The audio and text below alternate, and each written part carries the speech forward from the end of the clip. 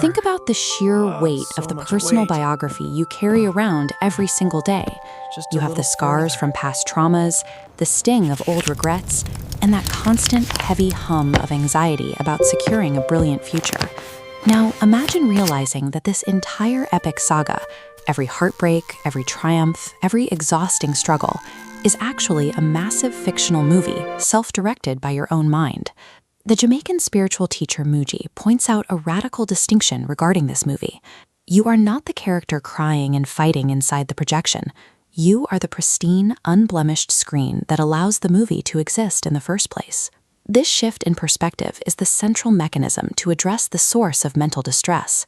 By changing where you stand in relation to your own life, you begin to test the idea that your true self might be entirely immune to the drama on display. To understand how we get so trapped by our own minds, picture yourself sitting in a pitch-black theater, completely absorbed in a high-stakes, tragic action film. The villain appears, a city burns, and the hero loses everything.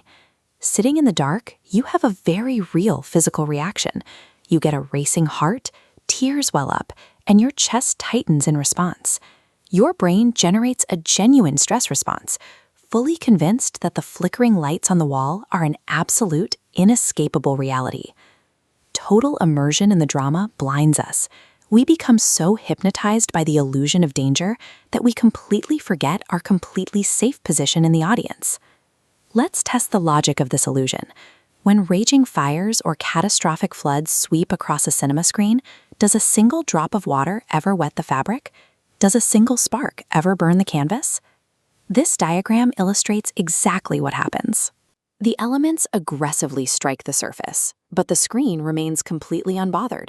It never intervenes to save the hero, and it is never damaged by the projection.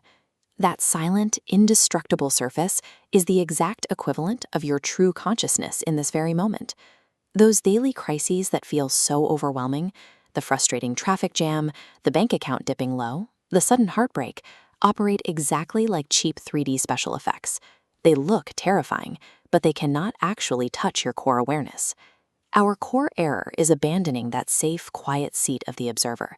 We jump into the screen and zip ourselves into the tight, uncomfortable costume of the dramatic character. Take a grounded example like losing a job. Instantly, the mind boots up a script.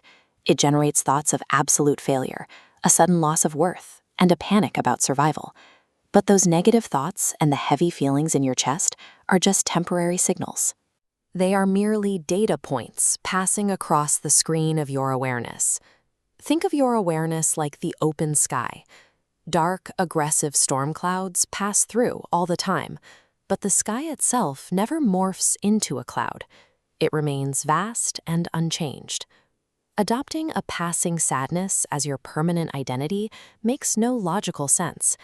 It is the equivalent of watching random garbage float past your front window, running outside to grab it, and declaring to the world that you are the garbage. If you want to break this cycle, you have to understand your ego's ultimate weakness. The ego is absolutely terrified of silence and simple presence. To survive, that false sense of self requires an active diet. It feeds on yesterday's bitter regrets, deep anxieties about tomorrow, and endless dramatic conflict. Reactivity is a trap.